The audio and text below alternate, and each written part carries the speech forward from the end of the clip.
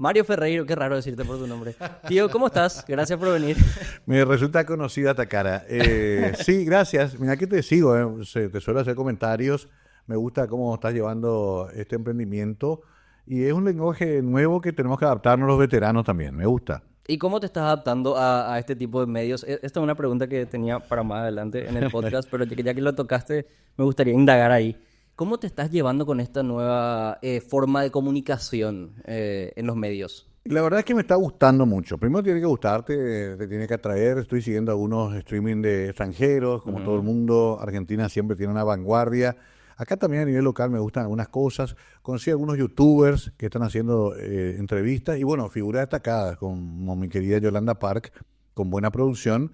Y me gusta mucho también averiguar sobre temas que a mí me interesan. Música, literatura, cine. Me entrevistaron para un espacio de cine también muy divertido. Y me gusta cómo se replica, sobre todo en las plataformas, en pedacitos en Instagram, en TikTok. Me gusta encontrar ahí y de ahí venir a ver qué es lo que era esa conversación. Claro, como que los avances se convirtieron en ganchos. Vos querés ver un podcast o Sí. digo un podcast de un tema, por ejemplo, de música, y ves que hay un reel de Instagram, un TikTok de los Beatles. Entonces ya quiero ver Correcto. ese podcast y entras. Sí, y me gusta porque ahí está el caracú. Por ejemplo, en un podcast que hicimos con Tobías Rubín y su gente, Sí. dije, Catriel y Paco Moroso me salvaron la vida. Y eso rebotó hasta la Argentina. Sí. O sea que me escribieron periodistas argentinos, me escribieron, porque se repetía esa parte. Muy extraño, por cierto. Claro, todo el mundo esperaba que yo hable de No, Beatles, de fíjate. Pink Floyd, de todo, y salía hablando de Catriel y Paco Amoroso. Y fue genial. Yo no sabía que repercutía de esa manera. No, es que los primeros 3 segundos que Mario Ferreiro te está hablando de Catriel y Paco Amoroso, que son dos trappers Claro. de lo más underground que hay. Sí. No, te recontratrapa, sí. Que ahora saltaron, ¿no? Y por eso cuando me preguntan de Beatles, para que tenga ya rápido un enganche, digo, yo soy pro Yoko Ono. Es otro tema. No me jodan con Yoko, ¿eh? Creo que es más polémico hablar de eso que de política. Totalmente, porque hay una especie de haters unidos hacia Yoko brutal. Entonces yo tomé una postura, para mí Yoko es parte de la Hace poco salió historia. un clip, salió un Sí. clip de ella, o sea, de los Beatles cantando y ella como que gritando en el mismo escenario. Y creo que de Me ahí tienen parte podrido, a mí me medían todo el día para provocarme, ¿entendés? Sí. Sí, para más era John tocando con Chuck Berry, que es el ídolo de John, y Yoko comienza a meter unos gritos. Y Chuck Berry le mira a John como diciendo, matala a tu señora, ¿qué está haciendo ahí? Un Pero dúo bueno, legendario, Once claro. in a Lifetime, así, de la gran puta, y está la chica gritando al lado, ¿no? Pero Yoko tiene otros méritos, y en la película Get Back se aclara bien que es un mito eso de que ella separó a los Beatles. Por eso dice. No, es muy infantil además creer eso. Pero bueno, además hay toda una cuestión de cultural de machismo, porque pareciera que nosotros los hombres siempre tenemos que buscar en la mujer la culpable, ¿entendés? Total. Si se separa un grupo de amigos es porque apareció una novia tóxica. 100%. Y bueno, la novia tóxica fue Yoko Ono. Pero yo tengo la teoría de que Yoko además le ayudó creativamente a John. ¿Sí? Gran parte de su carrera Pero solista. su parte solista, claro. Sí, Claro. está inspirada en Yoko. Y además... Sí, es la musa del es la último, musa. del último álbum. Claro, no totalmente. pretendas que sea ella de igual calidad musical que Paul, ni que reemplace a los Beatles. Pero creo que fue la mujer providencial que además le organizó mejor su vida a John, que era un tarado. 100%. Claro, y no, obvio, no le pidas peras al manzano. O sea, no le No. vas a pedir que tenga una calidad de composición increíble como todos No, los por compañeros de eso. John. Pero sí, tiene sus méritos. O sea, Sí, no- 10 años mayor que él. Sí. Eso es un dato importante. Sí, Hay sí. una cuestión edípica también. Yoko Es un muy poco, parecida. Claro, es como la mamá de él. No te olvides que John pierde a su mamá en plena adolescencia. La pierde 2 veces. Sí. Primero cuando se separa y ella se queda con la tía Mimi, John. Ok. Le cría a su tía Mimi. Julia le deja a él. Y después, cuando vuelve a acercarse en la adolescencia, 14, 15 años, se muere en accidente. O sea, por eso él canta Mother, mamá, vos me tuviste a mí, pero yo no te tuve a vos. Claro. Un tema muy triste. Sí. Y también hace Julia en el álbum blanco, una hermosa canción. Es muy fuerte la figura materna en todos, pero en John también, y Yoko reemplaza un poco eso. Como que buscó llenar ese vacío con la figura de Yoko, y Yoko también tenía como ese aura maternal en cuanto a guiarle a él, ¿verdad? Sí. Es muy loco. Lo relaciono mucho con el que se fue hace poco, Ozzy, que Sí, Sharon era su mamá. totalmente. Sharon era su mamá, le perdonó todo también y le cuidó hasta el final, hasta financieramente, porque si no, no, estaba fundido, o sí. Por eso, así que no quiero hacer todo el podcast de los Beatles, podemos estar hablando 2 horas tranquilamente. Pero dejo sentada la posición de que yo soy pro Yoko. Este es el principio del clip, ¿eh? Claro. Este es el principio del clip viral. Viva Yoko Ono. Bueno, para empezar, ¿verdad? Para empezar desde el inicio, válgame la redundancia, ¿cómo fue que empezaste vos en los medios? Tengo entendido que toda tu carrera y todo el inicio de la carrera va de la mano directamente con tu amor por la música. Totalmente, y por los Beatles otra vez. Claro. Por eso es que muchos dicen que yo le disputo a Yoko el título de viuda de Lennon. Porque, ¿qué pasa? Muere Lennon en diciembre de 1980. Sí. Yo estaba en la Facultad de Arquitectura, ya tenía algunas experiencias musicales, había comenzado a escribir en última hora sobre música, la página se llamaba El Loco de la Colina, o sea, otra vez vinculado a Beatles, Claro. Y había hecho algunas cosas en Radio Chaco Boreal con unos amigos. Programa domingo de noche, 11 de la noche, nadie te escucha, pero yo feliz. Los camioneros. Claro, ¿quién te puede escuchar? No sé, los médicos de guardia, los enfermeros, pero igual iba todos los domingos y hacía un programa llamado El Ómnibus Mágico, y hablaban mucho de música, pero Beatles siempre dominaba todo. Cuando muere John, Canal 9 me llama. Okay. Entre paréntesis, era un único canal, el 13 estaba por abrirse. Y me dice, mira, murió Lennon y creemos que vos sos la persona indicada para venir a hablar de él. Qué locura. ¿Y cómo va a ser esto? Y no, traes un disco, pones a tu lado, pones el disco y hablas. Muy primitivo, ¿no? Y bueno, habrá sido en esa semana posterior, al 8 de diciembre de 1980, me recibe Susana Ibáñez Rojas, que era una gran figura. Un programa para la tarde para señoras, un programa hogareño, Sí. Se llamaba Buenas tardes, Una Susana. especie de pelusa. Exacto, una especie de pelusa. Y yo feliz con mi disco hablo, y sí, era el tema que yo sabía hablar de eso. Y salió también que el productor me dice al terminar, vení mañana de vuelta, era un programa diario. Ok. Pero digo, no, espera, ¿de Lennon otra vez? No, me dice, vení a hablar de música. ¿Y cómo? ¿Y trae otro disco? Y empezó como tu bloque. Claro, exacto. Todo, por supuesto, gratis. Sí, Todo, sí. Yo ni me animaba. Por amor al arte. Yo era capaz de pagar. Claro. Entonces, yo me voy a casa y le cuento a mi mamá feliz, su nene había llegado a la tele, le llamó a todas las tías para que me vean.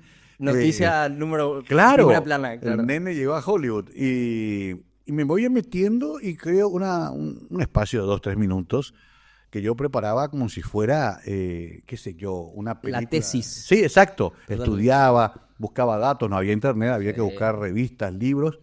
Y se fue construyendo un espacio en el cual, después de un par de años, ya me sirvió para hacer otras cosas. Y por eso siempre agradezco la visión que tuvo David Pérez Munier, que ya falleció, y Susana, porque vieron en mí algo. Yo no. Lo máximo que hacía era escribir algunas líneas para algún diario como colaborador y balbucear en algunos programas de radio, pero totalmente casi como invitado nomás, ¿no? Claro. Ahí me vuelvo un poco más profesional. Además, Canal 9 era el único canal, era el sueño del pibe. Sí, 100%. Y Eso era 1980-81. claro, apogeo de la música mundial, Claro. pero en contraparte dictadura. Sí. O sea, plena dictadura. Y vos iniciando con, que me imagino que te habrán tratado de hippie. Sí, porque mucho hablaba más de época. drogadictos y de perversos. De hecho, ya en los 70 había participado yo como público del movimiento del rock nacional. Ok.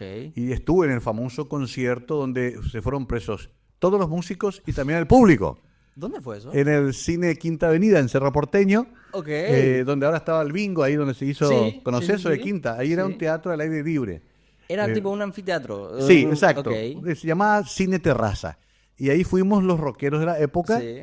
Y llega la policía y dice, todos para adentro.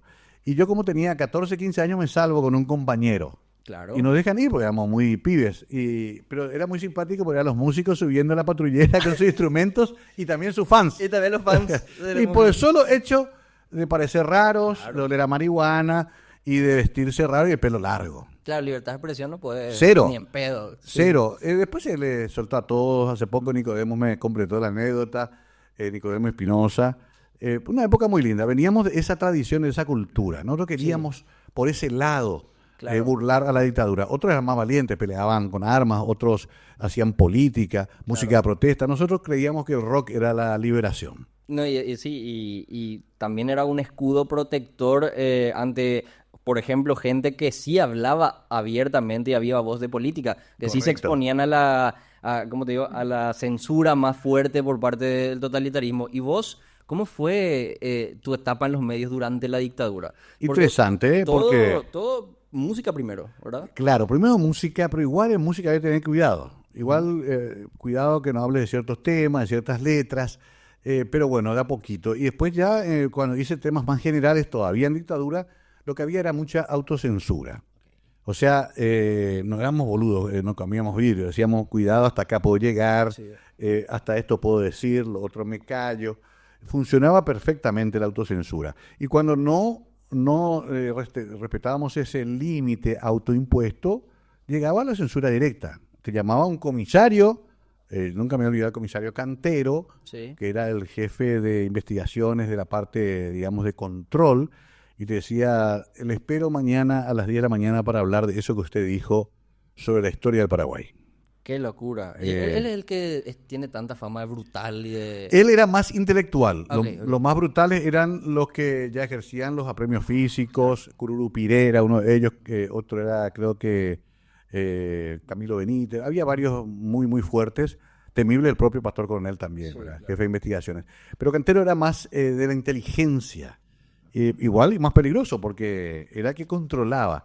Y había también una censura municipal. Era el Goebbels de... El Goebbels, exactamente. Y había una censura municipal que incluso cortaba las películas con tijera, porque había cosas que la juventud paraguaya no tenían que ver.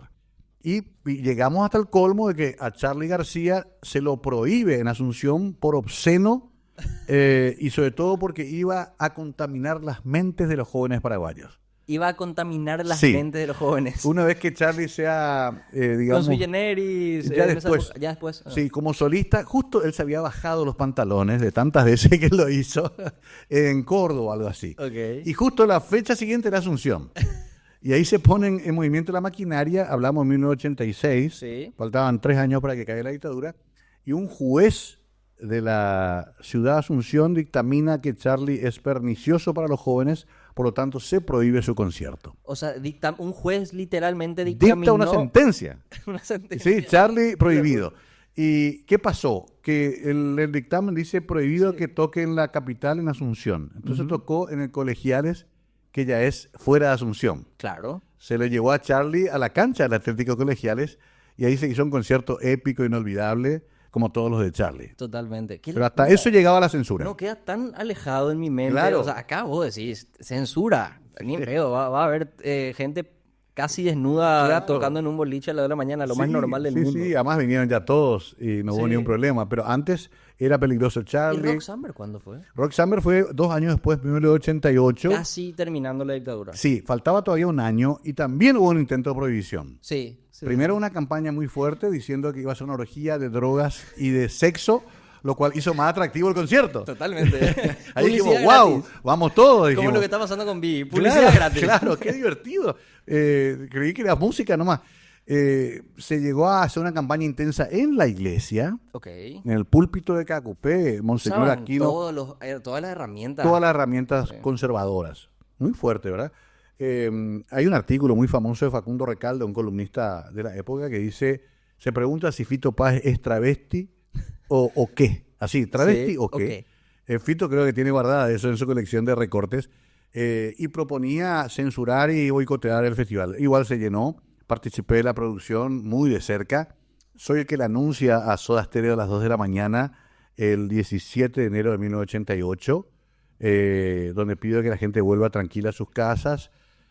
Comenzó eso a las 11 de la mañana y eran las 2 de la mañana y había 25.000 personas ahí en el barro porque llovió, en la cancha del Nacional de Samber que está al lado del Náutico. Hasta ahora está. Sí, que hasta ahora está. Ese fue el lugar, ese fue nuestro Woodstock y algo ya pasaba en ese momento. Sí. Ya se sentía que la dictadura no tenía tanta fuerza Que ya no le quedaba mucho y tiempo. que los jóvenes ya no tenían miedo, porque se llenó el doble Sí. y nadie pudo reprimir nada y Fito Páez hizo un homenaje a un tipo de droga que se fabrica en Paraguay, a la marihuana de Punto Claro. Rojo, para Lamas estuvo muy intenso, no se pudo.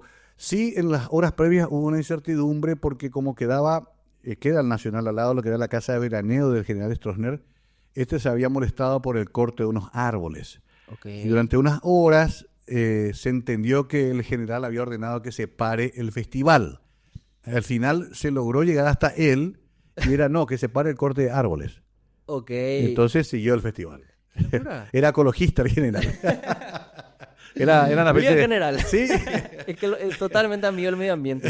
Pero qué locura, vos estabas dentro de la organización. O sea, Sí. horas previas, un preinfarto te habrá dado. Impresionante, era una ansiedad, porque además estábamos tan felices de poder traerle a Fito, a Ropanova, a Paralamas, Miguel Mateos también estaba en la lista, los grupos paraguayos, Y lo que RH dijiste, positivo. lo que dijiste es importantísimo porque la juventud no tenía miedo. El miedo es como tan intrínseco en el paraguayo. Claro. Parece un atributo casi Sí, característico. hasta ahora. Hasta ahora. Sí, nos cuesta y en esa época algo pasó que la gente dijo, basta, ya Sí. no tengo, 35 años estaban Sí. cumpliéndose. También Stroessner estaba viejo, ya no tenía ese ímpetu, había mucha pelea interna dentro de la ANR y se aprovechó esa debilidad. Y vino el Papa también después, que fue crucial la visita de Juan Pablo II. Juan Pablo II, Sí. que fue en el año, de hecho, en el Exacto. año previo que Exacto. cayó, 88. 88. Todo pasó. El 88 fue muy fuerte. El Sí. Rock Samberg, la visita del Papa, y comienzo del 89 ya cae Stroessner. Y cuando cae Stroessner, ¿qué estabas haciendo vos? ¿Vos estabas trabajando? Era... Sí, esa fue también una anécdota genial, porque yo tenía una fiesta, como hasta ahora tenía que animar una fiesta de carnaval Sí. en el Silvio Petirosi, barrio republicano. Ok. Me voy feliz de la vida, yo con mi camisa floreada, ya vestido para animar la fiesta. Misma pinta que ahora. Ya hasta ahora, sí, campeón blanco, un poco más de pelo, tenía 29 años. Y el portero del Petirosi, llego yo con mi auto para entrar al backstage, son fiestas muy grandes. Me dice, señor, está suspendida la fiesta. ¿Y por qué? Le digo. Y me dicen, bueno, y me dijo, General Stroessner, cayó el General Stroessner. Y yo le miro y me río. Digo, es de Caga tal risa. pedo, de tal pedo. Inventamos otra excusa, digo, se suspendió porque no vino la gente. No, en serio, hoy viene golpe de Estado. Bueno, me río yo. Y Claro. por eso siempre te digo que los únicos que no sabíamos que había un golpe era Stroessner y yo. Hasta el portero del Petirosi sabía. Todo No, el mundo. Vos incrédulo. Yo no sé, porque tantas veces se dijo Sí. que estaba enfermo, que tenía cáncer de piel. Una vez se le mató Sí, y apareció caminando en el Sajonia a las 6 de la mañana. Parecía un fantasma, parecía Walking Dead, parecía. Tipo Mirta Legrand en Twitter, cada Exacto. año muere. Claro, García Márquez se le mató tantos años. Chespirito. Sí. Entonces yo dije, no, que va a haber golpe. Me voy a la radio 1 de marzo, a la que volví a trabajar ahora, y dije, voy a hacer hora acá, a ver qué pasa. Había fiesta también de carnaval en Caracol. Sí. Me voy, estaba Julio Juan del Puerto, actual director de Monumental y de Medios de Bierzi. Como operador, me siento en la cabina y pongo mi pata, nunca me voy a olvidar sobre la mesa, pido un trago de Caracol. Día normal en discoteca. Claro, sí. víspera de feriado, 2 de febrero. Dije, bueno, la noche es joven, vamos a farrear. Y comienzan a llegar los invitados de Caracol, que en esa época se iban disfrazados. Ok. La típica fiesta de disfrazados, Sí. ¿ok? Y llegaban vestidos de indios, otros de cowboy, qué sé yo, todas esas boludeces que hacemos en carnaval. Tipo Estudio 66 en Nueva York, ¿verdad? Que Estudio tenían 54. Sí. Exactamente, el indio de Village People, Sí. toda esa onda. Y yo miro por la ventana y veo un grupo de por lo menos 20 uniformados con paraparaí y Ok. con fusiles. Y digo, qué buena esa comparsa. Te juro por Dios que le dije. Le digo a Julio Juan, sí, esa comparsa se pasó. Impresionante los uniformes, las ¡Qué metralletas. locura! ¡Qué locura! Venían todos formados. Bueno, ya eran del RI-14, Sí. que queda ahí cerca, y que venían a tomar la radio. Cuando yo me doy cuenta, ya tenía acá, apuntado el fusil acá en mi cara. Ah, te apuntaron en la cabeza. Claro, porque tomaron la radio. Fue una toma militar de la radio. Porque no sabían pues si íbamos a adherirnos o no. Claro. Era el grupo ya revolucionario que apoyaba el golpe de Estado. Ok. Entonces, ¿qué hace el que va a hacer un golpe de Estado? Toma los medios de comunicación. Total. Eso ocurre en Rusia, ocurre en todas partes. todas Bueno, partes. toman todo, Canal 13, Canal 9, y llegan a la radio y dice, alto, todo el mundo, también a Julio Juan, otra metralleta enfrente, y nosotros, claro, hagan lo que quieran. Sí. No, En ese momento ya tenías la información. no, ahí recién entiendo. Ok. Y después llega el comandante de esa compañía, que era un capitán que yo conocía del Cimefor. Sí. Y me dice, Ferreiro, ¿qué haces acá? Y le digo, mi capitán, era mi capitán, estamos acá trabajando. Bueno, me dice, está ocurriendo algo grande. Dice. Está cayendo el general Stroessner. Yo no podía creer, una felicidad inmensa. Me parecía que estaba soñando. ¿Qué quieren que haga?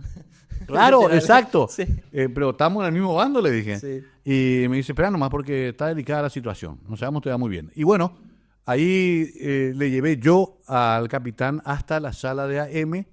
Ahí se organizó la proclama del general Rodríguez.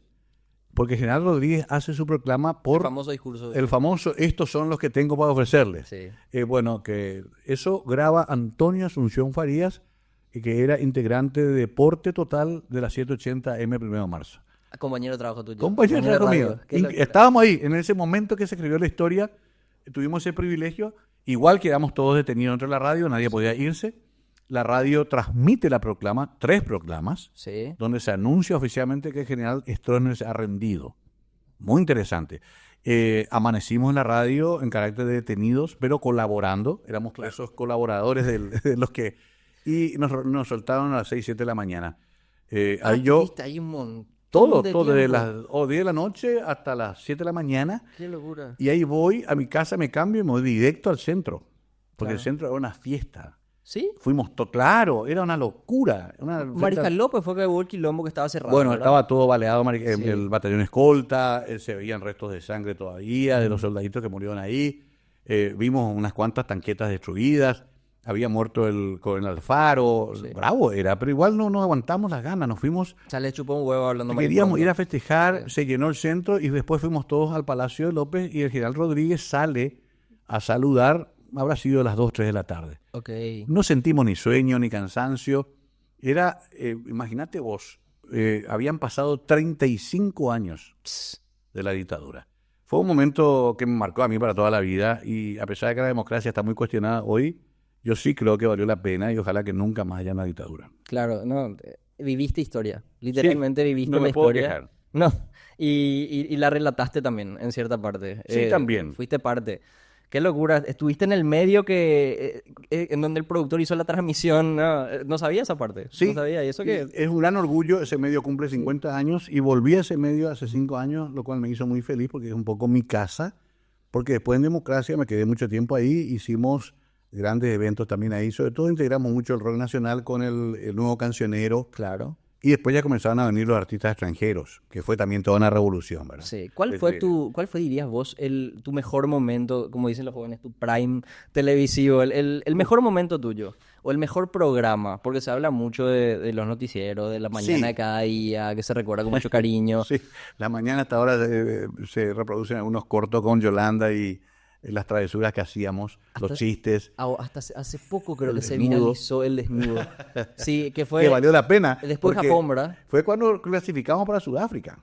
Cuando clasificamos, 2009. Sí. Cuando clasificamos contra Sudáfrica. Para Sudáfrica. Sí, acá contra Argentina, gol de Aedo Valdés. Sí. Sí. Yo pensé que era, bueno, efecto no, Mandela, yo ya pensé estaba que era grande el yo. partido Japón. No, Pensé que era el partido de octavos. no, pero ya estábamos el último mundial y imagínate que nunca más volvimos a un mundial. Claro. Así Ahora- que muchos me dicen que tendría que volver a hacer eso, pero ya no estoy para eso. No, los 80 para mí fueron extraordinarios, mi crecimiento profesional, pero también todo lo que pasó. Le vi a Freddie Mercury en vivo, ahí a 5 metros. ¿Dónde fue? En Rock in in Rio Rio. 1, 1985. Porque además conseguí de casualidad una credencial de fotógrafo y me dieron esa suerte de palco que hay frente al escenario para De hecho, sacar recuerdo fotos. tus fotos en el búnker. Claro, que las tenés, en el búnker tengo esa coleccionista me quieren comprar. Ese mismo año vi muchas cosas, AC/DC, viajé mucho. Estados Unidos después me invitó el Departamento de Estado un poquito después de 89 para visitar varios estados 2 meses trabajando en medios. Ok. Cosas que pasaron en mi vida. Los 80 fueron una revolución además desde el punto de vista de cómo vimos una sociedad que después de caer Stroessner en el 89, 90, después ya parte de los 90, se destapó, Sí. se liberó. Vino Roxette, después ya vino Bon Jovi en los 90. No, los 90 Sí. es rebeldía. Sí, rebeldía total. Grunge, Guns N' Roses, Nirvana, ese Y tipo después de... ya nos fuimos todos a Buenos Aires a ver a Guns N' Roses. 4 ómnibus yo llevé para ver a Guns. 4 Mira, ómnibus. 4 ómnibus. Sí, no sé, eran locura. Para Amnesty también, que fue en 88. En esa época, como no venían a Paraguay, íbamos a Buenos Aires. Que Buenos Aires para vos es una ciudad Sí. clave, es súper importante en tu vida y todos los conciertos vos ibas allá. Íbamos allá porque acá, después comenzó a romperse eso ya con la avenida de Duran Duran, de Bon Jovi, In Excess, viene en su mejor momento. Y bueno, hoy ya podemos decir que Paraguay está en el circuito, ¿no? Pero Claro. nunca fue eso. El primer concierto que rompe eso fue en el 88 de Mission, un grupo británico muy oscuro, muy dark, pero muy bueno, Sí, que no tuvo mucha gente, pero ya dijimos, epa, comienzan a venir. claro. Aparece Paraguay en el mapa. Aparece en el mapa. Porque Sí. Paraguay ni siquiera figuraba en el mapa. No era para... No, no era mercado, no era parada. Además, se tenía el concepto de que era un sitio medio salvaje porque tuvo una dictadura muy larga. Era África, ¿entendés? Claro, estábamos con la flecha y con los caballos. Exacto, Sí. tenía miedo que les comamos vivos. Preguntaban, Far Away me decían. Paraguay. Sí, ¿qué? Far Away, muy lejos. Ajá, una vez le escribimos en su mejor momento Sí. al grupo noruego y nos contestaron, we are not interested in Paraguay. No estamos interesados en Paraguay, basta, punto. Como diciendo, no queremos ni escuchar la oferta. Porque leían los antecedentes y no eran Sí. muy buenos. Claro, podían pararte el concierto a la mitad, Exacto. este tipo de cosas que... Exacto, tenían ese temor. Sí. O quedar detenido acá. Claro, típico de, Sí. de dictadura, ¿verdad? Sí, por eso. Entonces fue una revolución y vivir esa revolución entre los 80 y los 90 fue extraordinario. ¿Te parece la mejor etapa en la historia de la música? Bueno, ahí está una gran discusión. Porque vos sos de los Beatles, sos 70, Claro, 60. nosotros somos más hijos de los 60, 70. Pero debo de reconocer que nunca como los 80 se masificó tanta buena música. Claro. O sea, la Estamos música hablando de buena, Michael Jackson, el exacto, grupo de rock. era masivo, era Pink Floyd, The Wall, que inaugura esa época también, después otras las películas. 79, justo cuando estabas empezando en radio. Imagínate, Sí. eran cosas que... Y los 60 eran, sin embargo, más experimentales. Claro. Que nosotros somos chicos que teníamos 11, 12 años en los 60, escuchamos Beatles, escuchamos Stones, ya nos modificó la conciencia, pero en los 70 avanzamos muy rápido, la música era de altísima calidad. Sí. Vos podés imaginarte que se escuchaba en la radio Pink Floyd, Yes, Emerson, Lake and Palmer, Sí. Jethro Tull, después vino la revolución punk, Claro. que también nos tocó a nosotros, Sex Pistols, The Clash, toda esa historia de los... ¿Y no era medio reacio a eso? Nos asustó un poco, porque estos tipos dijeron, no queremos más tocar virtuosamente, renegamos de la técnica musical Claro. y sabemos 2 notas y nos tiramos al escenario. Sí. Pero después entendimos que era necesario, sobre todo los Ramones fueron muy importantes. Claro, Porque- el grupo punk Sí, por excelencia. por excelencia. Sí. Después ya se fue un poco lejos el tema me acuerdo, nunca me había olvidado una foto de Sid Vicious todo ensangrentado. No, sí, después ya... Y sí. después Sid Vicious termina matándole a su mujer, a Nancy Spungen, y se mata Sí. él. O sea, ahí ya tenemos... Igual que el rap también. El rap, muy interesante, porque cuando comenzaron a matarse entre ellos, dijimos, che, ¿Qué está pasando acá? Esto van en serio. Claro. Era en broma nomás, de que yo te Sí. decía, te voy a matar. Se mató Tupac, Tupac, le mataron Biggie, a Biggie. Se volvió denso. El punk también le consumió su propia energía. Que después llegó el grunge en esa misma Claro, época, ¿verdad? sí. Más de lo mismo. Más- Rehusarse a las notas, a la composición y Sí. más por lo salvaje. Ahí también, yo creo que fue la última oportunidad que tuvo el rock de ser rock esencialmente, ¿verdad? Nirvana, Pearl Jam y compañía. Pero otra vez termina mal porque se consume muy rápido. Lo de Claro. Kurt Cobain fue muy triste porque ni siquiera había producido todavía la esencia de su obra cuando ya se mete un balazo. Sí. Entonces Así es. fue un poco frustrante. Y en general después nos abrimos ya mucho más a la música en general. Pero después entra el pop, Claro. se refuerza el rap. Sí, sí. Que yo no reniego. Inclusive ahora con Dylan y Michelle estoy aprendiendo a escuchar rap, trap. Estoy mucho más abierto. Es difícil. Y me está gustando ya. Trueno por donde la escucho todos los días. Hija, mira, es difícil, ¿eh? Y me Es está difícil. gustando. Pero, a ver, si vos me decís cuál fue la mejor época de la música, para mí, lejos los 60, 70, y de la masificación de una cultura rock y pop de alta calidad, los 80. ¿Y de la música actual qué opinas? Porque estás, ahora, gracias a Dylan y a Michelle, está también teniendo ciertos acercamientos a este tipo de música. Sí. Hablaste de Catriel y Paco, que Sí. antes eran muy trap, ahora sí están más Sí. experimentando, están más melódicos, Sí. pero antes eran muy trap del Algunos palo. dicen que a los boomers nos gustan Catriel y Paco porque tocan un poco de jazz, un poco de fusión, y ahí conectamos. Sí. ¿verdad? Un poco de Jamiroquai, un poco de Stevie Wonder, y mirá vos, estos chicos habían sido músicos. Esto está interesante. Está claro. interesante, pero No me gustó, por ejemplo, que Fito Páez haya descalificado Al reggaetón. al reggaetón. No me gustó. Entiendo, Fito es un gran músico, es un referente, para nosotros un ícono, es un tótem de la cultura, pero no me gusta que se pongan en esa posición. En ese pedestal. En ese pedestal. Espera un ratito, algo va a salir. Cierto, nosotros también produjimos mucha macana. Nosotros el gato volador, no sé qué cosa, sopa de caracol. También, cuando me dicen nuestra música, era... Sí, no tenía esas letras y vos ves las letras. Espera un ratito, el sorullo, el único tuyo, todas esas boludeces, bailábamos. Claro. O sea, no, es que yo, porque era rockero, me negaba a bailar. Entonces, espera un ratito, porque puede ser que en esa revolución, es lo que me pasó con Bad Bunny, que hasta ahora me putean, porque cuando vino Bad Bunny y llenó el estadio de Cerro Porteño, yo hice un pequeño artículo en el cual dije, dejen a la gente que haga su proceso. Claro. No seamos los policías de la que música. tiene que escuchar la gente. Porque a nosotros tampoco nos gustaba. Mi mamá me decía, tu tocadiscos estás descompuesto, mi hijo, cuando escuchaba a Jimi Hendrix. Claro, ella venía de Elvis, ella venía así, Chuck Berry, y jazz, las grandes orquestas. Sí. Y cuando escuchaba Sinatra. Frank Zappa me decía, mi hijo, vas a romper toda mi púa. Como si vea que la mala música rompe la púa. Y yo decía, no, mamá, y me sentía incomprendido. Bueno, lo mismo ahora. Y mirá que parando un poco la oreja de todo eso, me pasó con Debí tirar más fotos. Debo reconocer que es un gran disco. Ok, esto es un gran disco. Y si me apuraba un poco, creo que es el disco del año. Entonces, ya veo que mis amigos me van a cagar a putear. No, sí, se enojan, me tratan de todo, porque somos muy intolerables los mayores. Pero es un gran disco. Lo que hizo este señor es una revisión cultural de Puerto Rico y la cultura latina, justo en un momento de avance muy conservador del equipo de Trump. Total. Que es muy revolucionario, muy disruptivo. Entonces, cuidado, porque había sido que... Hay algo. Me molesta que diga, estamos comiendo torta de Mallorca y qué sé yo, no me importa. Claro que me molesta. Claro.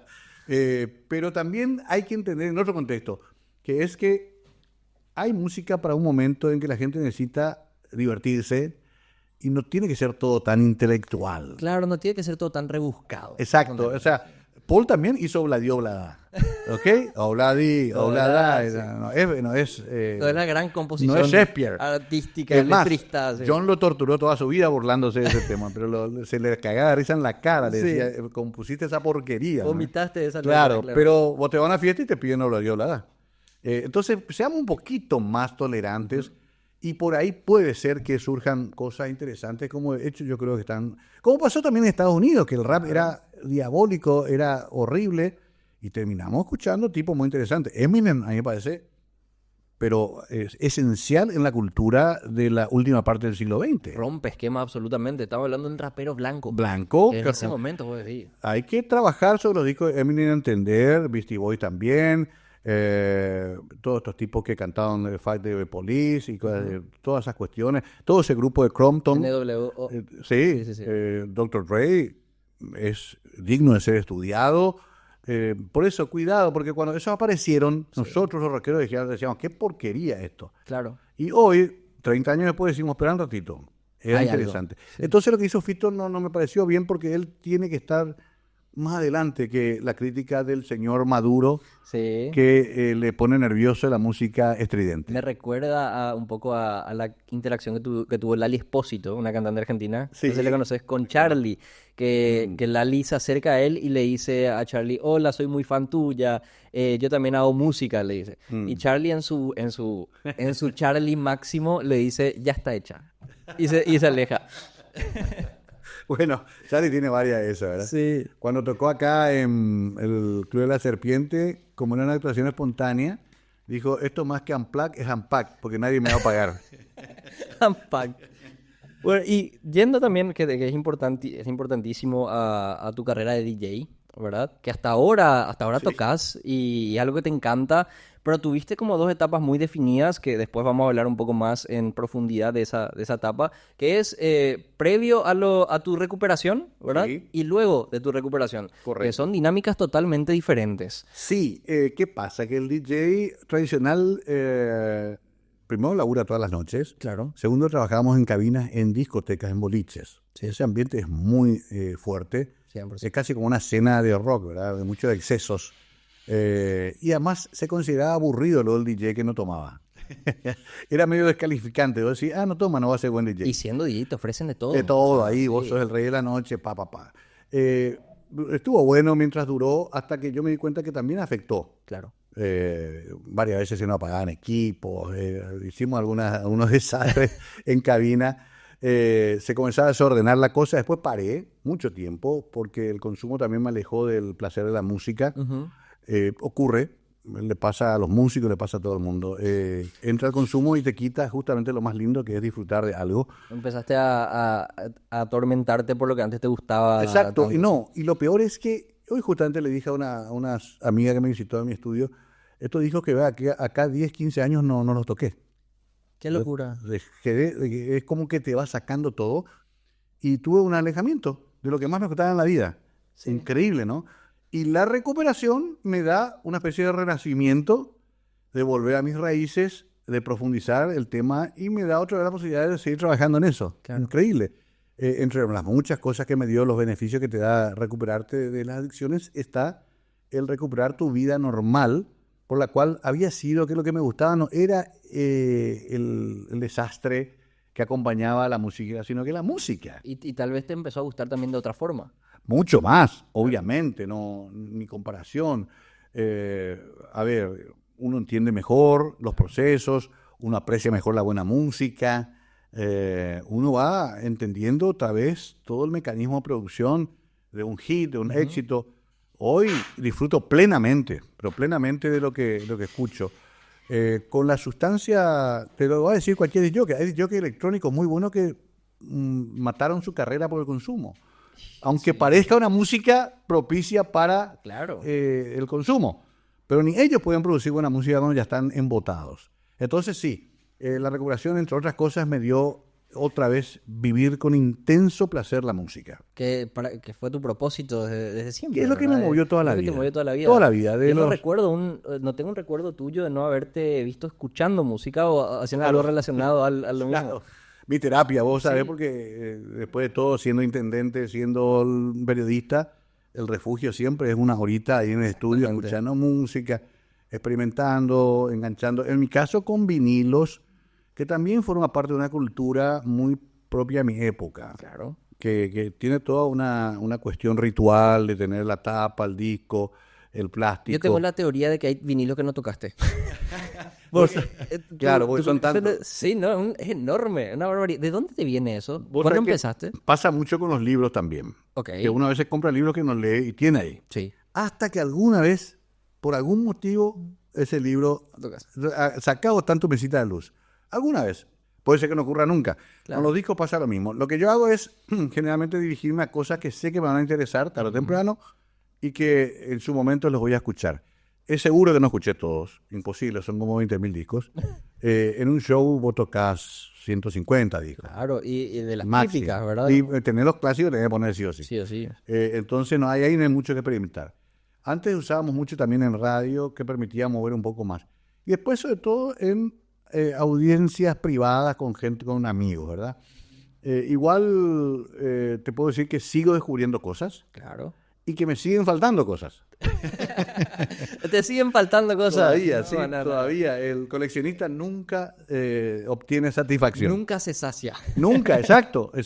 Pero una adicción mucho más benevolente que las anteriores que tuve. Claro, no es muy financieramente responsable en muchos casos, Claro. igual que las otras, pero Sí. es mucho más sana, ¿verdad? Es mucho más sana. 100%. Y hoy últimamente tiene un plus, que es que se está valorizando ese tipo de colecciones y se puede también comercializar. 100%. Hoy en día eso es una nuevo. inversión, ¿verdad?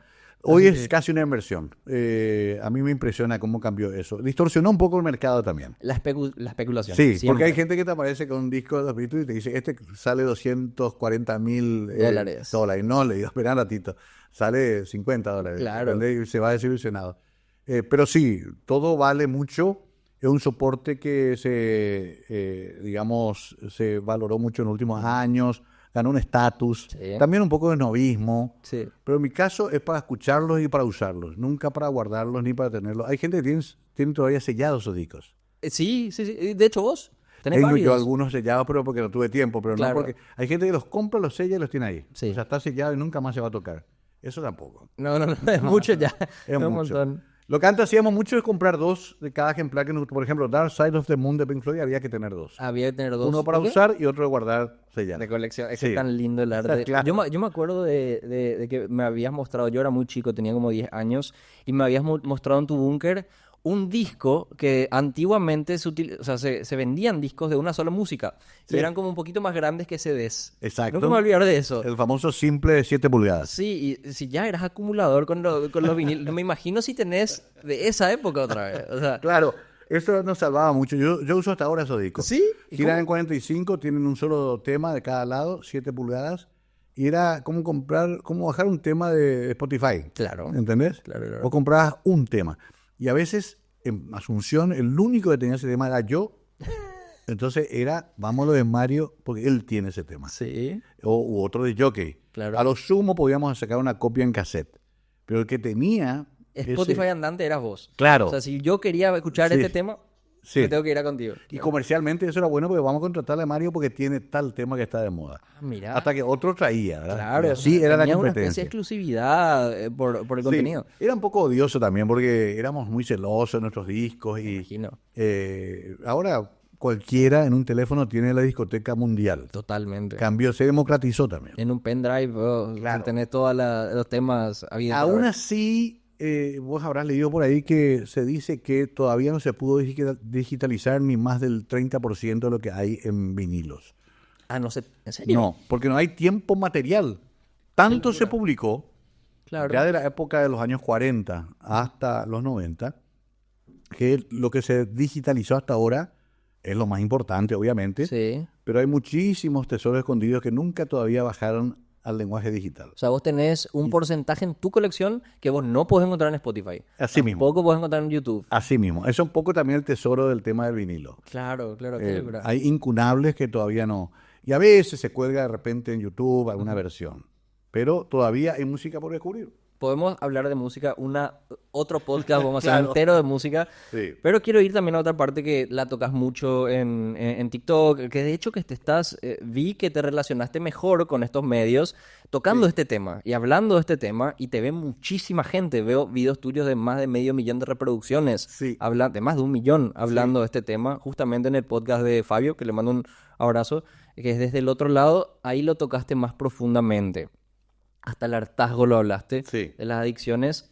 Pero me parece importante también hablarlo acá porque, bueno, más que nada también porque ahí están Dylan y Michelle, ¿verdad? Que van a ver Sí, a su van a hermano ver y a su seguro. padre viendo el podcast y hablarlo también me parece importante.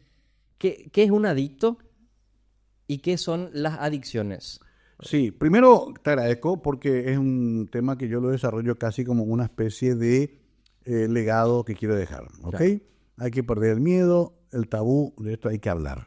Sí. Es más, hay que hablar más en los colegios, hay que hablar más en los medios de comunicación, sigue siendo todavía un tabú. Hasta se romantiza todavía. También se romantiza, mucha información falsa, mucho fake news, mucha idealización. Tampoco pasa por una cuestión moral. Eso es importante aclararlo, ¿no? Es que, Mario es como me decía mi amigo, padre Mario, me decían cuando recién dejé, ¿a qué hora vamos a rezar? Me decían, va a burlarse.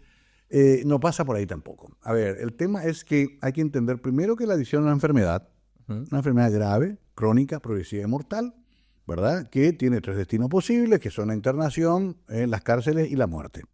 Esto es clarísimo. Sí. Esto no hay demasiada vuelta que dar. Todavía por ahí algunos dicen, no, pero ¿cómo hace enfermedad si vos mismo te causás? No, es una enfermedad, está reconocida así por los organismos internacionales de salud. Por otro lado, también hay que entender desde ese punto de vista que el adicto no es un defectuoso moral, ni un hombre malo, Claro. o una mujer perversa. Simplemente se enfermó. Claro. Y se enfermó gravemente. El gran problema es que, a diferencia de otras enfermedades, esta uno la niega. Ujú. Vos si tenés un problema oncológico, decís, bueno, voy a irme a hacer una quimioterapia. Claro, tu diagnóstico es tu última palabra. Exacto, y te vas con un especialista y tratás de Ujú. sacarte de encima. Con la adicción no. Con la adicción por algún problema mental, por algún mecanismo mental, decís, primero, no es cierto. La negación. Claro. A nadie que tenga diabetes se lo quiero decir, Sí, no, no es cierto, yo no tengo diabetes. Claro. Hermano, acá están tus números. No tenés etapas de duelo Exacto. en los diagnósticos. Exacto, acá ya está. Sí. ¿Qué vas a hacer con esto? El adicto no. El adicto dice, no, ustedes todo inventan. Yo puedo todavía controlar. Toma tiempo y desarrolla más la enfermedad, esa negación. Sí. En la película American Beauty, que yo siempre recomiendo, dice luego, al comienzo dice, nunca subestimes el valor de la negación. Claro. ¿Ok? Nunca subestimes, porque es tan poderosa que te puede llegar a la muerte. Entonces, el primer paso es la aceptación, que es lo que más cuesta. Aceptación del adicto, pero también del entorno. Sí. Porque la familia también entra en negación. Claro. Dice, no es tanto, él nomás a veces se emborracha. La verdad es que se propasó nomás la vez pasada, pero... Y cada vez se repite más episodios y te das cuenta que hay una conducta adictiva evidente. Claro, hay un Entonces, patrón ahí que es imposible de dejar negar. pasar. Exacto. Entonces, ¿qué vas a hacer con eso? Primer paso es la aceptación y entender que esta es una enfermedad crónica, progresiva y mortal. ¿Hay ¿Ok? narcisismo en la adicción? Sí, por supuesto. Hay mucho narcisismo, hay mucha autocomiseración, hay una cantidad de patrones de conducta que tratan de justificar Claro. al adicto. Esto es muy claro y te lo enseñan en los grupos. Uno es como que va preparando el terreno Sí. para el consumo. Mi novia me dejó, no soy luego el más querido de mi familia, todo me sale mal, el tango, la vida me engañó y por lo tanto me O sea, premio con el consumo. El desencadenante típico, Sí. ¿verdad? De que es por esto. Es por esto. El problema es que también funciona de la misma manera en todas las conductas extremas. Mucha euforia, chupo. Ganó Paraguay, vamos a chupar. Perdió Paraguay, vamos a chupar también. Porque perdió Paraguay, carajo, vamos a meterle. Al final ya es por todos los motivos. Claro. Entonces, en los programas de recuperación lo que se busca es volver al balance, al medio. Sí. Porque los adictos nos vamos a los extremos. Sí. Y ahí nos premiamos con el consumo. Y hay como, están como esos patrones desencadenantes. Hay un libro que es Hábitos Atómicos Sí. que te dice que cuando los desencadenantes son importantísimos para la consecución de hábitos. Yo qué sé, si todas las mañanas tenés este café en tu mesa, muy probablemente lo tomes. Sí, claro. ¿Es de la misma forma? Claro, porque además no te olvides que sobre todo el alcohol tiene hasta una cuestión compulsiva que te impulsa al consumo. Vos estás viendo un partido de fútbol, aparece el sabor de la vida con la cerveza Sí. tal. Vos estás viendo videos musicales y el exitoso es el que toma algún trago con la pendeja en la playa. Claro. Todo socialmente, por eso es que el alcohol es la gran droga. Se relaciona con la felicidad. Exacto. Sí. No hay publicidad de alcohol que te muestre chocando a 140 contra un anciano en silla de ruedas. Claro. No hay publicidad de alcohol que te muestre tratando de violarle a la hermana de tu señora. Claro. ¿Ok? Claro. El día que muestre eso en la publicidad, parece que también eso... Parece que esto está en el pack. no hay publicidad de alcohol que incluya que le garrotees a tu pareja. Sin embargo, en pedo los perros fácilmente tienen esas explosiones. Entonces, hay una romantización, hay una idealización del consumo de alcohol y hay hasta un empuje social sostenido. Sí. Yo hablo muchísimo con alcohólicos recuperados que tienen graves problemas porque en su familia misma le incitan a que tome. En su familia misma. Sí. Y entonces, Claro, en lo social. exacto, Sí. qué aburrido sos, hoy no se casa tu hija, metele, si que un champancito. Claro. Yo el otro día que fue el día del Carolín, Ujú. yo hice un par de intervenciones un poco fuertes porque está bien, toma Carolina, hacer lo que quiera, pero no obligas a alguien que tuvo problemas en la cola que toma los 7 tragos de caña. Eso es darle 7 líneas de cocaína a un cocainómano, hermano. Claro. ¿Ok? No sé cómo no entiende eso. Darle 7 tragos de caña porque no sé qué puta, el chamán guaraní dijo Sí, que hay que hacer eso. Por lo tradicional. Le estás dando una pistola cargada a tu marido, el mismo que te pegó hace 3 semanas, con la boludez del Carolín, te va a volver a pegar. Claro. Pero no entendemos, socialmente estamos enceguecidos, embotados. Y porque tampoco se entiende el tópico, el tema en general, no se entiende, no se No. comprende. Exacto. Es más, hay un mal entendimiento de lo que son las adicciones. Sí. Como vos decías antes, el mal tipo. El Sí. que él elige luego todos los días pegarle a su señora, o Sí, elige sí. luego todos los días y manejar en pedo, ¿verdad? Claro, no se vincula, Claro. no se relaciona, y al contrario, se glorifica. Sí. Ojo, no estoy diciendo que por eso todos tenemos que ser unos estoicos que nunca más toquen. Hay que tomar socialmente, hay que disfrutar de la vida, pero si te das cuenta que a vos se te perdió el control de la brújula y te va pasando cada vez más asiduamente, Houston, tenemos un problema. 100%. ¿Entendés? Claro. Ahí nomás está el tema. Y ahí ese aviso a veces no llega suficientemente rápido, se desarrolla mucho y cada vez que crece más, cuesta más el retorno. ¿ok?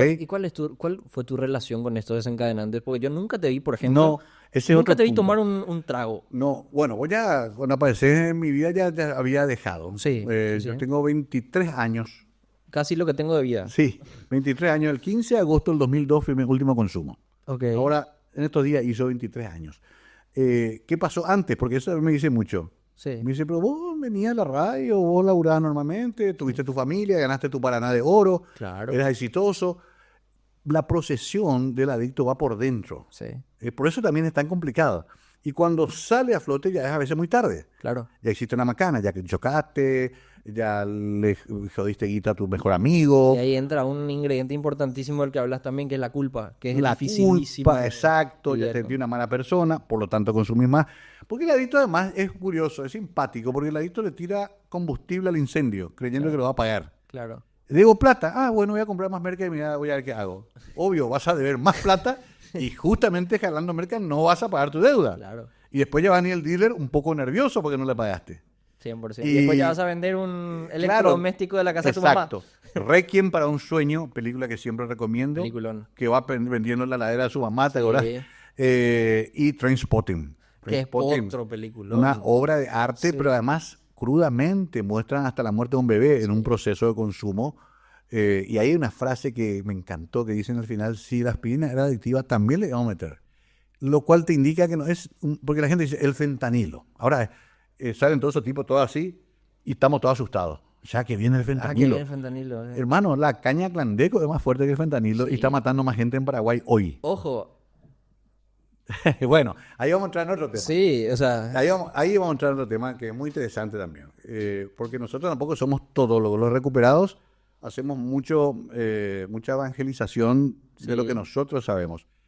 El tema de los teléfonos, los dispositivos, el tema de los juegos electrónicos es otro campo que nosotros dejamos que lo estudien los especialistas. los nuevos, porque claro, Exacto. Hay mucha humildad intelectual también en lo que hacen. Nosotros sí, nunca hacemos diagnóstico, Claro. nosotros no hacemos internación en Narcóticos Anónimos y en Alcohólicos Anónimos. Lo que hacemos es simplemente juntarnos entre personas que lograron parar por un día Sí. y pasar ese mensaje al que viene desesperado. Solo por hoy un día a la vez. Solo podría a la vez. Pero, porque a mí me dicen, che, pero la harina también, el azúcar también, y cierto es. Sí. Y el cigarrillo, entonces, y el tabaco, ahora el vapeador, está todo bien. Dejamos eso a los especialistas. Pero ¿sabes qué pasa? Vos porque te falte harina o porque no comas azúcar hoy, no vas a salir a violarle a tu mejor amiga a las 4 de la mañana. Claro, Bueno, con merca sí. claro, Con una mezcla de whisky y ansiolíticos, puede ser que sí. claro. Puede ser que te acuestes con tu amigo y también no sepas. Y al día siguiente te enteres. Puede ser que te vaya a buscar travesti también. Claro. ¿Ok? Cosas Y- que salen totalmente de tu patrón de comportamiento Exacto. normal. Ahí ya te fuiste Todo. a todo. Claro, te fuiste a todo. Ahí ya. Porque está bien inclusive que si ocurren ciertas cosas en tu comportamiento sexual o moral, pero si es consciente, bueno, hermano, anda adelante, mientras no infrinja la ley. Claro. ¿Ok? Hacé de tu vida lo que quieras. Pero con la sustancia podés llegar a todos y mucho más que esos lugares. 100%. Hay gente que ha muerto en una venta o compra-venta De drogas. de droga, Sí, sí, sí. estúpidamente. Entonces, yo siempre le digo, está bien, el cigarrillo te va a matar de cáncer o del corazón a los 50, 60 años. Mi viejo murió a los 56, fumaba. Pero nunca le vi a mi viejo pegar a mi mamá. Claro. Nunca le vi a mi viejo traer 2 putas a mi casa. O sea, el patrón de conducta y es lo que es ese factor tan importante del que hablas. Las drogas que modifican mi Sí. conducta son las que a nosotros nos interesan. Claro. Las otras hay que trabajarlas, para eso hay psicólogos, hay psiquiatras. Pero hay es muy terapias. diferente el tratamiento. Sí, pero es diferente. Ok. En este caso, lo que sí es muy parecido, y estuvo hace poco en una charla, me invitaron, es la ludopatía, que es brutal. Hay un libro cuya autora no voy a citar, pero que sí se publicó, donde ella cuenta una chica de la alta sociedad que se prostituía fuera de los casinos para seguir jugando. Para seguir jugando. Eso es muy parecido al consumo de sustancias. Vos para seguir consumiendo, sos capaz de cualquier cosa. No, me tocó una vez, y esta anécdota siempre la cuento. Estábamos con unos amigos pasando fuera del casino de Asunción, ahí sobre España creo que es, ¿verdad? Y le echamos a un tipo que estaba haciendo dedo.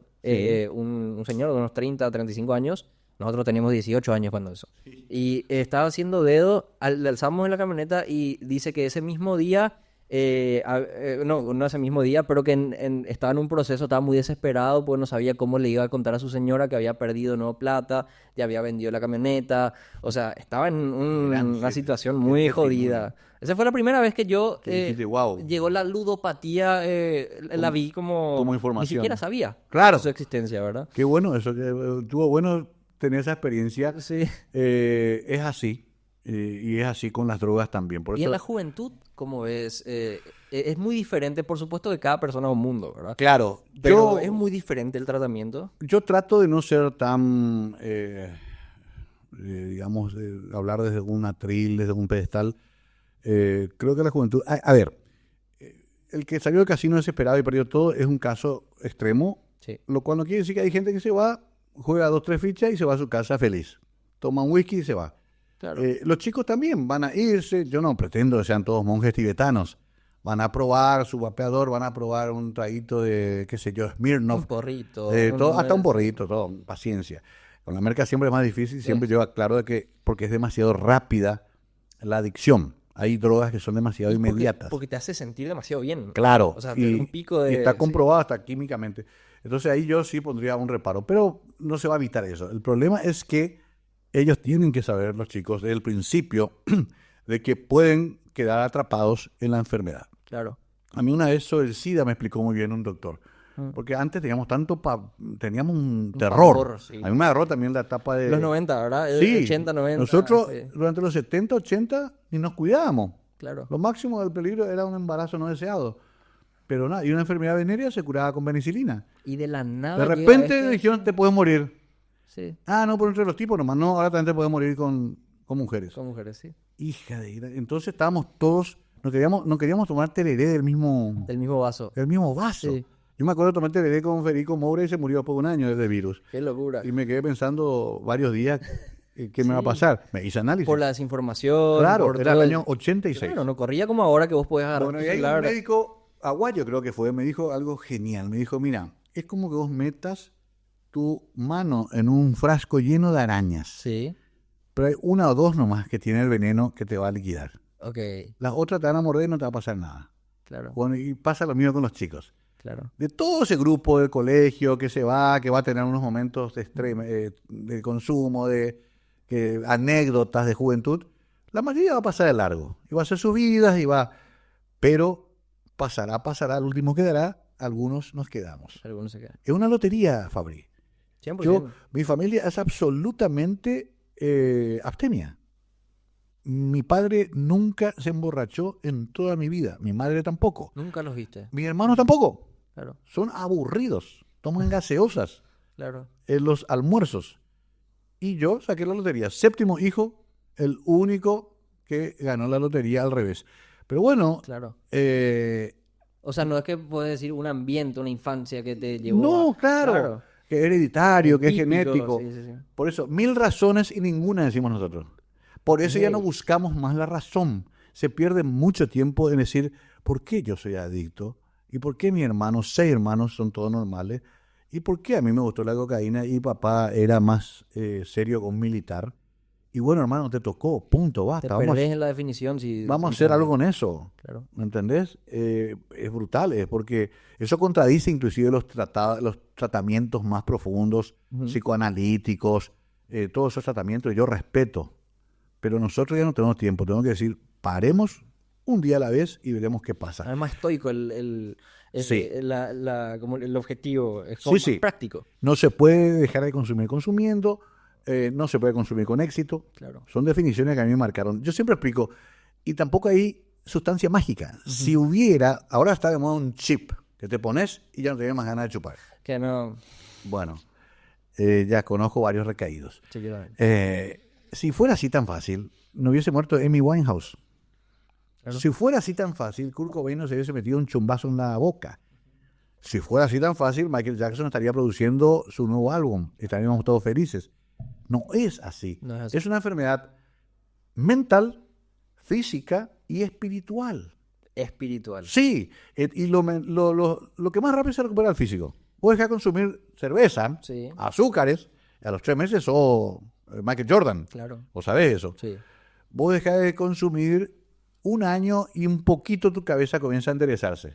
Y ya no pensás tanta boludeces que decir, capaz que cruzar semáforo en rojo en Perú y Maicalope es una buena idea a las 3 de la mañana.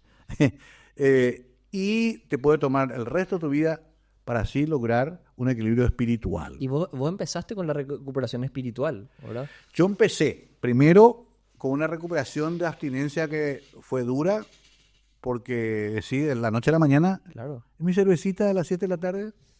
Y Empezás a extrañar ese comenzaba, patrón, ¿verdad? claro. Pero me arroparon. Y la verdad es que lo primero que sentí es un bienestar físico. Ok. Sí. Ya la resaca pues, es lo más terrible que hay. Ahora estamos llenos de remedios para resaca. Claro, Llenos. Nerón, Sí, sí, todos los totalmente. no causantes, todo. Sí. Los nombres son muy simpáticos. No, había uno que Shot and Go se llama. Shot Es como una botellita que la tomás y guau, que está. Sí, otra son vez. equilibradores hepáticos, está bien. Pueden ayudar, pero no te va a salvar eso de la resaca, es terrible. No, la resaca de 2 días, 3 días. Ah, cocaína, terrible. alcohol. Todo, No. todo lo que sentí físicamente. Bueno, eso rápido desaparece. 3, 4 meses desaparece. Es como que va Ah, poniendo te sentís- ciertos granitos de, mirá, esto Exacto. está funcionando, está bien. se Lo siente bien. mental tarda más. Ok. Yo nunca me olvido que ya habiendo varios meses mantenido la abstinencia, haciendo la mañana de cada día con Yolanda, mis amigotes me enviaron un mensaje en el WhatsApp. No era WhatsApp en ese momento. Claro, un Era- mensaje normal, ¿verdad? Era Mensaje grueso personal. mensaje de texto o una de esas cosas que usábamos y decía, arrancó la fiesta, te esperamos, 6 de la mañana. Al salir vení. Sí. O sea, me fui a vomitar al baño. En plena grabación, Sí, estábamos al aire en vivo y pedí permiso, me fui al baño y devolví. Porque me produjo tanta impresión la posibilidad mental de estar ahí. claro. Una especie rara de asco, pero también de deseo. Claro. ¿Ok? Era como que vomité la sustancia que no consumí. Una contradicción interna que Sí. incluso llevó a ese malestar físico. Físico, exactamente. Somaticé físicamente. Me vacié, respiré un rato, me lavé la cara y me fui. La par me decía, ¿qué te pasa? No, está todo bien. Pero yo ya había dejado. Claro. Pero igual te das cuenta que en mi cabeza todavía estaba todo el mecanismo Sí. propicio para consumir. Así de fuerte es la adicción. Eso es lo que llaman algunos americanos el cold turkey, que sudan, que con la heroína es muy fuerte, Sí. que se ve en Trainspotting y en otros programas, en otras grandes películas. Y después viene lo espiritual, que también es un experimento fabuloso, porque la espiritualidad que nos enseñaron, querido Fabri, es muy vacía. Y primera comunión, bautismo, primera comunión, confirmación, casamiento religioso, los sacramentos, todo muy bien, pero ni entendemos, nos vamos acá caminando, nos vamos, volvemos. Yo tenía una virgen en mi pieza y mi virgen era tan adicta como yo, Claro. porque bebió la misma Todo. cantidad de merca que vio, pobrecita, ¿verdad? Sí. Y le rezaba y me arrodillaba y le pedía por favor. Pero no tenías una espiritualidad Exacto. interiorizada, Exacto. intrínseca, que Correcto, era mentira. llevable. Era mentira, no había ningún acto que acompañara ese Claro. pedido. Había curas de sanación. Sí, claro, es esa hipocresía mezclada con ignorancia que el asesino que se persigna, ¿verdad? Exacto. No sabe no se realmente. arrepiente. Claro. Pero no se arrepiente, claro. Esa solución mágica no hay y esa religión no sirve. Claro. Sí me sirvió entender que debía creer en algo superior a mí y a mi sustancia. Pero vos desarrollaste después Sí, el descubrimiento pero espiritual. me enseñaron los grupos. Sí. Esos son ejercicios espirituales. Ey. ¿Ok? Y no te piden, eso es lo más extraordinario de estos grupos, no te piden una adhesión a una fe concreta. No es que tenés que ser únicamente católico, si no, no te va a curar. Claro, muy, muy relacionada a las sectas, por ejemplo. Claro, no es ni tampoco las creencias evangélicas. Te dicen, cree en un poder superior. Sí. Trata de tener algo, la luz, la música, Buda, Alá, Cristo, Las energías. las energías, Claro, sí. lo que sea, pero algo. ¿Por qué? Porque tu poder superior en este momento es tu egocentrismo, tu sustancia.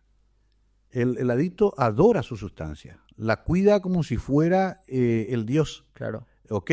Yo nunca me voy a olvidar que una vez le encargamos a un amigo periodista cuyo nombre no voy a contar, muy jovencito, que sea el que ataje la botella de whisky. Ok. Su tarea era esa. Nosotros entramos a Caracol, yo tenía que pasar música, 2 botellas de whisky era nuestra provisión para no... Y Para la noche. una en mi mesa con mis amigotes Sí. y la otra él parado con su... Se le cayó. casi lo matamos. Era como que el guerrillero que se le cayó la bomba, ¿entendés? Había soltado el maletín de Claro. Ica en medio de... Sí. Claro, imagínate vos. No, no, locura. Y claro que le hicimos comprar uno nuevo, el pobre tipo tuvo que apretar plata. Faltó a su Faltó al deber. respeto y Exacto, faltó al deber de... sí. porque la sustancia se cayó. Claro. Imagínate el nivel de Endiosaban, adoración. estaba en un pedestal tan alto. Claro, echaste el santo en la iglesia, rompiste el ícono. Bueno, a mí me enseñaron a entender que entonces la religión no era el camino, que era un camino espiritual, donde sí está presente un concepto de Dios que además uno va construyendo. En mi caso, yo lo adapto al catolicismo porque es mi base cultural. Claro, fue más alejado del dogma, pero es más subjetivo. Entendí todo. Sí. Lo que leí de memoria durante 40 años, recién entendí entrando a los grupos de recuperación. Entendí los evangelios, entendí también las lecturas de otras religiones, entendí el concepto mismo de que creo en los milagros porque yo soy un milagro. Ok. Entendí que el diablo no tiene una cola y un tridente, sino que tiene cara de dealer que te quiere matar a las 4 de la mañana, o de policía que te aprieta para que le des plata o si no te mete en cana. Sí. Por ahí está la figura del maligno, no tanto en los dibujitos que veíamos de chiquito y nos daba miedo. Claro, qué locura. Bueno, ya es otro tema del que podemos hablar Sí. horas y horas, pero ya para ir cerrando, ¿Cómo no? te agradezco muchísimo el tiempo. Una hora pasó o más. Sí, un poquito más de una hora, ¿verdad? ¿Ana? 1 hora 7. ¿7? Sí, pasa rápido. Bueno, hace rato no hablamos. Sí, también. Te voy a tirar conceptos. Es una dinámica que quiero hacer contigo. Te ¿Cómo quiero no? tirar conceptos más generales y teniendo... Esto lo saqué de tu TikTok, por supuesto, ¿verdad? Y que vos me definas o desarrolles a partir de ellos. Ok. Por ejemplo, empezamos con la primera palabra o el primer concepto. Culpa. Uno de los enemigos más insistentes, incisivos y peligrosos. La culpa es la justificación de casi todos los errores que cometemos. Autoengaño. Otro camino complicado de revertir, Sí. porque el autoengaño es una construcción cultural muy antigua en la cual yo me convenzo de que está bien lo que estoy haciendo, aunque sepa que está mal. Es curioso, ¿no? Por lo tanto, es otro de los grandes enemigos. Ok. Yo controlo. El mejor chiste que me conté yo mismo en mi vida. En realidad, no controlamos nada, pero no solamente los adictos. Claro. El ser humano no controla nada. ¿Ok? Sí.